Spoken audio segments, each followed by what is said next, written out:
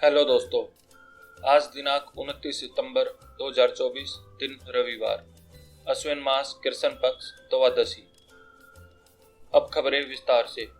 सफीदो विधानसभा के खेड़ा खेमावती की कश्यप चौपाल ने आजाद उम्मीदवार बच्चन सिंह आर्य को अपना समर्थन दिया। बच्चन सिंह आर्य ने जनसभा को संबोधित करते हुए कहा, अब की बार सफीदों की जनता सफीदों के धरती पुत्र अपने भाई बच्चन सिंह आर्य को ट्रक के सामने का बटन दबाकर विजयी बनाएगी। प्रधानमंत्री नरेंद्र मोदी हरियाणा के हिसार में रैली करने के लिए पहुंच गए। यहां से वे 23 सीटों वाले प्रदेश की बागड़ बेल्ट को साधने की कोशिश करेंगे। इस बेल्ट में चरखी दादरी, भिवानी, सिरसा, हिसार और फतेहाबाद के अलावा जींद की 2 सीटें भी आती हैं। हरियाणा विधानसभा चुनाव में कांग्रेस ने पार्टी विरोधी गतिविधियों में शामिल कई नेताओं को बाहर का रास्ता दिखाया है। शुक्रवार को हरियाणा कांग्रेस द्वारा जारी घोषणा पत्र में 9 नेताओं का नाम शामिल है, जिन्हें कांग्रेस ने पार्टी से निष्कासित किया है। इसमें सबसे पहला नाम शारदा राठौड़ का है। हरियाणा के कुरुक्षेत्र जिले में विधानसभा चुनाव को लेकर चुनाव आचार संहिता के दौरान इलाका शाहबाद से आई गाड़ी की चेकिंग के दौरान 7,90,000 रुपए जब्त किए गए। चुनाव आचार संहिता के अनुपालन के दौरान कार्रवाई अमल में लाई गई। हरियाणा में विधानसभा चुनाव को लेकर उत्तर प्रदेश के मुख्यमंत्री योगी आदित्यनाथ शनिवार को फरीदाबाद पहुंचे। फरीदाबाद के एनआईटी विधानसभा क्षेत्र में चुनावी प्रचार के दौरान योगी आदित्यनाथ ने कांग्रेस को देश के विभाजन के लिए और आतंकवाद के लिए जिम्मेदार ठहराया। हरियाणा के कुरुक्षेत्र जिले के पिहोवा में विधानसभा चुनाव 2024 में प्रचार के दौरान उम्मीदवार द्वारा बल्क में भेजे जाने वाले एसएमएस का खर्च भी संबंधित उम्मीदवार के खाते में जोड़ा जाएगा। मतदान संपन्न होने के लिए निश्चित किए गए समय की समाप्ति से 48 घंटे पहले तक की अवधि के दौरान राजनीतिक प्रकृति के थोक में एसएमएस भेजने पर प्रतिबंध रहेगा। हरियाणा में ग्राम स्वराज किसान मोर्चा द्वारा गो किसान समृद्धि ट्रस्ट के सहयोग से निकाली जा रही बैलगाड़ी यात्रा शनिवार को भिवानी के विभिन्न गांवों में पहुंची। किसान को पूर्ण रूप से कर्ज मुक्त करने, एमएसपी लागू करने, डब्ल्यूटीओ से भारत को बाहर करने, पंचायत एक्ट 1994 लागू करने, बढ़ती बीमारियों पर भी बात करने जैसे मुद्दों के बारे में ग्रामीणों को अवगत कराया गया। हरियाणा के झज्जर जिले के बहादुरगढ़ में विधानसभा चुनाव को पूरी तरह से शांतिपूर्ण ढंग से संपन्न करवाने के लिए बादली पुलिस व पैरामिलिट्री फोर्स के द्वारा लगातार फ्लैग मार्च किया गया। पुलिस तथा पैरामिलिट्री के जवानों द्वारा शनिवार को बादली, जहांगीरपुरी, पासौर, खेड़ी जत, गोयला कला, दुलेडा व बुपनिया सहित कई अन्य गांवों में फ्लैग मार्च कर आम जन को निष्पक्ष व स्वतंत्र चुनाव करवाने का विश्वास दिलाया गया है। झज्जर जिले की बादली विधानसभा सीट से भारतीय जनता पार्टी के उम्मीदवार ओम प्रकाश धनखड़ के समर्थन में देश के रक्षा मंत्री राजनाथ सिंह गांव पाटौदा में चुनावी जनसभा को संबोधित करने पहुंचे। सभा स्थल पर भी भारी संख्या में पुलिस बल को तैनात किया गया।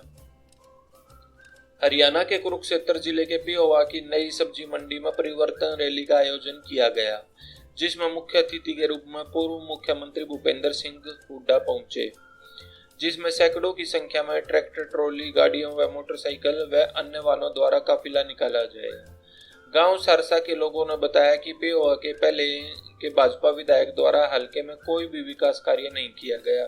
उन्होंने कहा कि भाजपा सरकार ने लूट और झूठ की राजनीति की है। हरियाणा कांग्रेस ने 5 पूर्व विधायकों सहित 9 नेताओं को पार्टी से 6 साल के लिए निष्कासित कर दिया। हरियाणा कांग्रेस अध्यक्ष चौधरी उदयभान ने बल्लभगढ़ की पूर्व विधायक शारदा राठौड़, पानीपत से पूर्व विधायक रोहिता रेवड़ी, आरक्षित सीट नीलोखेड़ी से पूर्व विधायक राजकुमार वाल्मीकि, हथीन से पूर्व विधायक हर्ष कुमार और तीगांव से पूर्व विधायक ललित नागर को निष्कासित किया गया है। इसके अलावा पुंडरी विधानसभा से सतवीर भाना, बड़ौदा से कपूर नरवाल, उचाना से वीरेंद्र गोदिया और भवानी खेड़ा से सतवीर को भी पार्टी से निष्कासित किया गया है।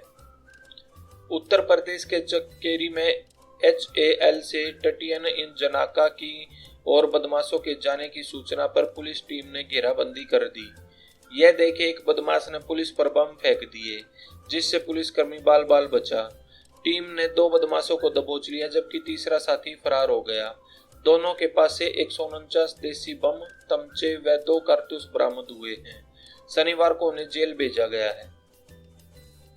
गुजरात के गिर सोमनाथ जिले में सोमनाथ मंदिर के पास सरकारी जमीन से अतिक्रमण हटाने के लिए शनिवार को चलाए गए अभियान के दौरान 135 लोगों को हिरासत में लिया गया।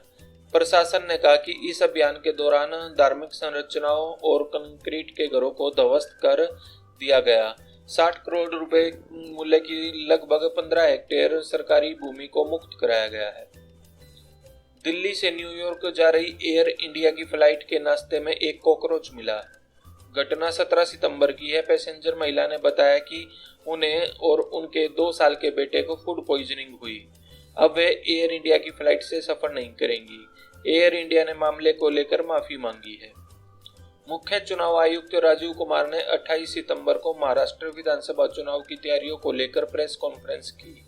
उन्होंने कहा कि महाराष्ट्र विधानसभा का कार्यकाल 26 नवंबर को समाप्त हो रहा है। इससे पहले चुनाव की प्रक्रिया पूरी कर ली जाएगी। तारीखों का ऐलान अगले महीने होने की उम्मीद है। बेंगलुरु की एक स्पेशल कोर्ट ने 27 सितंबर को वित्त मंत्री निर्मला सीतारमण के खिलाफ एफआईआर दर्ज करने का आदेश दिया है। वित्त मंत्री पर इलेक्ट्रोल बॉन्ड्स के जरिए जबरन वसूली का आरोप लगाया गया है। कश्मीर में कुलगाम के आदिगाम देवसर इलाके में शनिवार को एनकाउंटर में सुरक्षा बलों ने 2 आतंकियों को मार गिराया। गोलीबारी में सेना के 4 जवान और कुलगाम के एएसपी घायल हुए हैं। 5 को इलाज के लिए श्रीनगर शिफ्ट किया गया है। केरल के त्रिशूर में एक गिरोह ने शुक्रवार को महज 90 मिनट के अंदर 3 एटीएम से करीब 70 लाख रुपए लूटे। डकैती के बाद ये लोग 2 ग्रुप बनाकर भाग निकले, लेकिन 7 घंटे के अंदर केरल और तमिलनाडु पुलिस ने डकैती के पैसों समेत फिल्मी अंदाज में गिरोह को पकड़ लिया। दिल्ली के नारायणा इलाके के एक कार शोरूम में शुक्रवार रात फायरिंग की घटना सामने आई। इस वारदात के पीछे मोस्ट वांटेड गैंगस्टर हिमांशु बाहू का हाथ बताया जा रहा है, जो पुर्तगाल में है। पुलिस ने 3 शूटरों की पहचान की है जो हिमांशु बाहू के गैंग से जुड़े बताए जा रहे हैं। जम्मू कश्मीर के बालटाल में कालीमठ अमरनाथ ट्रैक पर शनिवार को सीजन की पहली बर्फबारी हुई। एक दिन पहले गुलमर्ग, सोनमर्ग सहित जम्मू कश्मीर के ऊपरी इलाकों में बर्फबारी हुई थी। सोनमर्ग में लगभग 2 सेंटीमीटर बर्फबारी दर्ज की गई है। पंजाब के अमृतसर में शनिवार को किसान मजदूर संघर्ष कमेटी ने सड़कों पर धान फेंक कर प्रदर्शन किया। किसान ट्रैक्टर ट्रॉलियों से धान लेकर डीसी ऑफिस में पहुंचे थे। यहाँ उन्होंने पहले अपनी मांगों को लेकर नारेबाजी की। उसके बाद उन्होंने ऑफिस के बाहर सड़क पर धान बिखेरनी शुरू कर दी। मणिपुर के जिरीबाम जिले में शनिवार 28 सितंबर को फिर हिंसा हुई। पुलिस ने बताया कि संदिग्ध उपद्रवियों ने सुबह करीब 11:30 पर मोंगबुंग मैतई गांव में अंधाधुंध फायरिंग की। गांव के वॉलंटियर ने जवाबी कार्रवाई की। फिलहाल गोलीबारी जारी है। महिलाओं, बच्चों और बुजुर्गों को सुरक्षित जगहों पर पहुंचाया गया है। हिजबुल्लाह ने इजरायली हमले के 20 घंटे बाद चीफ हसन नसरल्लाह के मारे जाने की पुष्टि की है। हिजबुल्लाह ने शनिवार शाम 5 बजे कहा कि शुक्रवार रात 9:30 बजे इजरायल के हवाई हमलों में नसरल्लाह की मौत हो गई। अमेरिका में शुक्रवार को आए हेलन चक्रवात से 5 राज्यों में अब तक 49 लोगों की मौत हो गई है। अमेरिकी मीडिया हाउस CNN के मुताबिक तूफान की वजह से आए बवंडर और बाढ़ में कई घर बह गए हैं। भारत ने संयुक्त राष्ट्र महासभा में पाकिस्तान के प्रधानमंत्री शहबाज शरीफ के आरोपों का जवाब दिया है। भारतीय राजनयिक भाविका मंगल नंदन ने राइट ऑफ रिप्लाई के तहत पाकिस्तानी पीएम के भाषण को पाखंड बताया है। तो दोस्तों, आपको हमारी ये वीडियो कैसी लगी? अगर आपको हमारी ये वीडियो अच्छी लगी हो तो लाइक, शेयर, सब्सक्राइब करना ना भूलें। Thanks for watching.